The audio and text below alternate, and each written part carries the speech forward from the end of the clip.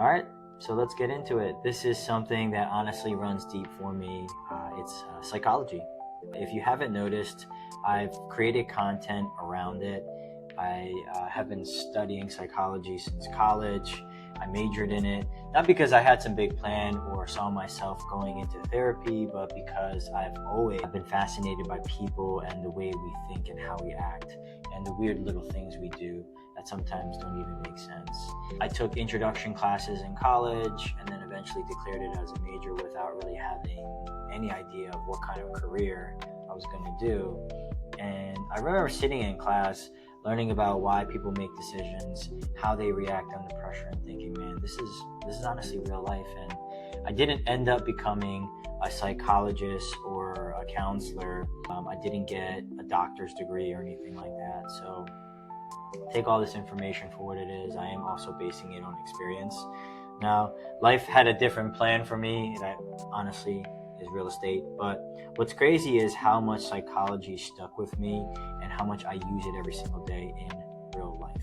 I think it's one of the biggest reasons I've been able to also build the business that I have. And I wanted to share some thoughts on specific characteristics today, maybe even some stories. I'm not sure where this is going to end up going, but I'm going to try to keep this as raw as possible. I realized early on, people don't always make decisions based on numbers in real estate. They make decisions based on how they feel. And I know that there are going to be some people who are going to argue with me here, but just listen for a bit here. Kind of take a moment to take in the information that I'm about to share. I would see buyers talk about square footage, price per square foot, schools, but they'd walk into a house and say, it just feels right. Sellers also will say to me that they want, top dollar for their house, and they'd be willing, but then they'd be willing to take a lower offer from a buyer they liked. This is all psychology in motion, right? Sometimes reasoning goes out the door. Sometimes logic goes out the door. Sometimes even numbers go out the door. And I learned that pretty quickly. If I really wanted to help people, if I really wanted to win in this business, I had to understand people, not just what they wanted, but their fears, their triggers, even the stuff they didn't realize was driving them.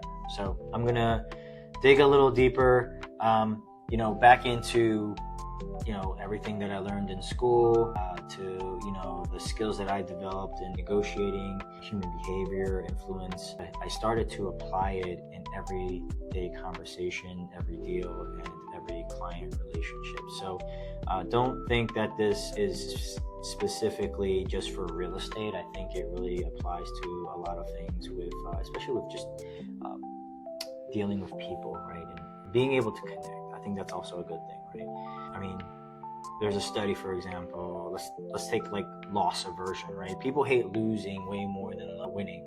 So in a negotiation, if I say you'll gain $10,000 by accepting this offer, that's good. But if I chose to say you're going to lose $10,000 if you don't accept the offer, then that hits a little harder, right? Or social proof. People are wired to follow the crowd. If I say, hey, other homeowners in your neighborhood have sold at this price, it makes them feel a bit more secure. And another example is I am moving to Fox Lane, right? I have had not just me, but 4 other buyers move to a development that I'm moving to, right? That is also social proof, right? It's not about manipulation. I think it's about understanding how people are wired. I mean, what other stores? In the foot in the door technique, it starts with a small task to build trust and rapport. So whether or not you guys might have been realizing that you might have been getting newsletters, postcards, right?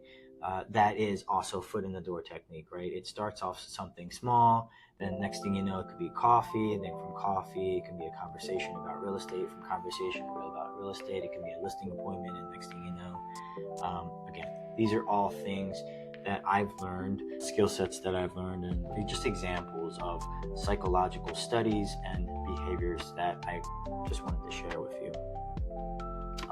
Ultimately, I want you to understand it's not about like playing games or tricking people.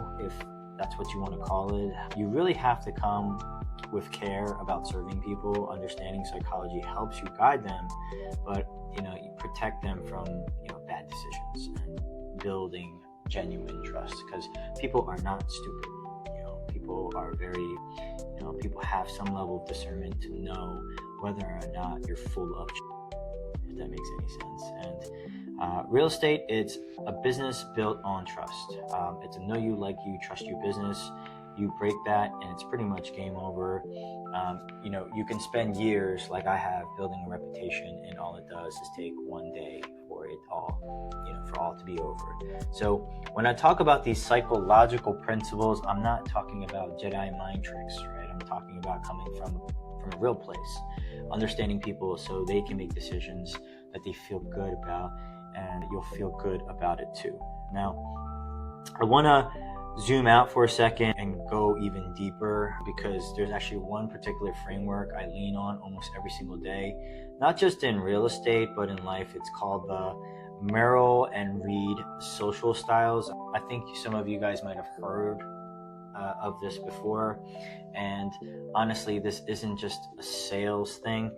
These personality styles show up in every industry, every family, every friend group.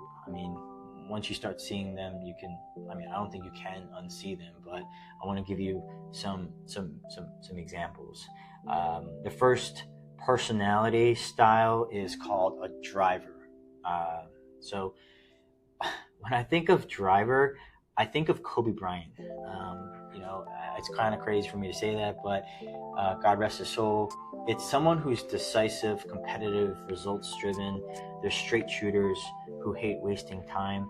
They want the bottom line and they want it fast. They wake up thinking, how do I win today, right? And career-wise, drivers are often entrepreneurs, CEOs, high-level sales leaders. They thrive in high-pressure, fast-paced environments, and they love competition. So that's why I think of Kobe Bryant. I guess the downside is that they can mold those people without even realizing it, and they can skip relationship building. So awareness to that actually matters. The next are actually analyticals. When I think of analyticals, I think, as far as a profession goes, I think of someone who might be like an engineer, right? Someone who takes the emotion out of things and really look at things from a numbers perspective, right? They're planners. They're very detailed. They want every angle, every number, every piece of data before they make a move. You'll see them as engineers, accountants, analysts, scientists. They're incredible at solving very complex numbers, creating systems, crunching numbers, all of that, right? Their challenge is typically analysis paralysis. They'll research something to the death and miss opportunities because ultimately they're afraid to act. So the complete opposite of an analyst would be a driver, because a driver is someone who acts but without really thinking too much. And sometimes analysts got to learn when good is good enough, if that makes any sense. Then there is amiables, and this is where I naturally land most of my time and kind of my characteristics. Amiables tend to be relationship first. They value harmony, concern for others, connection, loyalty. They're the ones making sure everyone feels good and checking in, and ultimately they avoid conflict. You'll find them in counseling, teaching, nursing, social work, careers that are ultimately built around people and care. They make great team players, mentors, and friends. Now, amiables sometimes avoid tough conversations or hesitate to make bold moves because they don't want to rock the boat, right? They want to be team players. And I've been there. I've had to learn, that sometimes being direct is actually the most loving thing you can do as far as being an amiable personality. And finally, expressives. You might find these to be the bold people, right? The people who are the storytellers, the visionaries, big picture thinkers. They thrive on energy, creativity, and ideas. I think I also have some level of expressiveness to myself as well. They also inspire people. You'll see them in creative fields like marketing, entertainment, media, branding, and even some levels of entrepreneurship. They light up the room, right? You'll kind of know an expressive when you see one, right? right? They're typically in the middle of the room in a big crowd, but they also get caught up in excitement that they forget the details. So that's one of the things that they have to be aware of. They go to the ground with these ideas, and then execution kind of gets lost there. Now, here's a big takeaway. None of these styles are better than others. That's the first thing that I want to mention, right? And the real power comes when you know who you are and you learn how to be adaptable when you need to. So I'll be honest with you, early on I almost felt ashamed of how amiable I was, considering the fact that most entrepreneurs are probably not amiable, and I am. I'm in real estate, a world full of drivers and closers, and I'm out here focusing on relationships, caring for people, trying to make sure everyone is good. And for a while I thought maybe I'm not cut out for this. Maybe I'm too soft, right? So I tried to change, early on in my life, in my career, I tried to change who I was as a person. But I also learned that was ultimately in my head. And this has taken me many, many years. Like I'm saying this now with clarity, but I can also be humble enough to say that I've made my own mistakes in trying to be someone who I wasn't, right?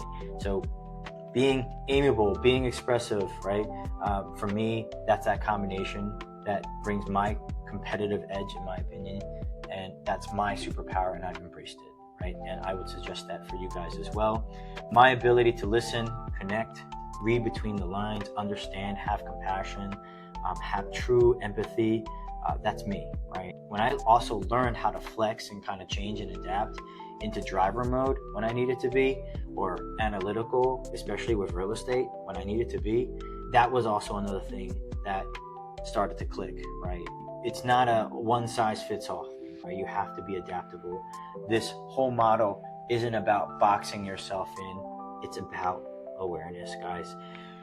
Awareness of who you are as a person, awareness of who you're dealing with, and making conscious choices about how you show up. So I've got the driver in me, right?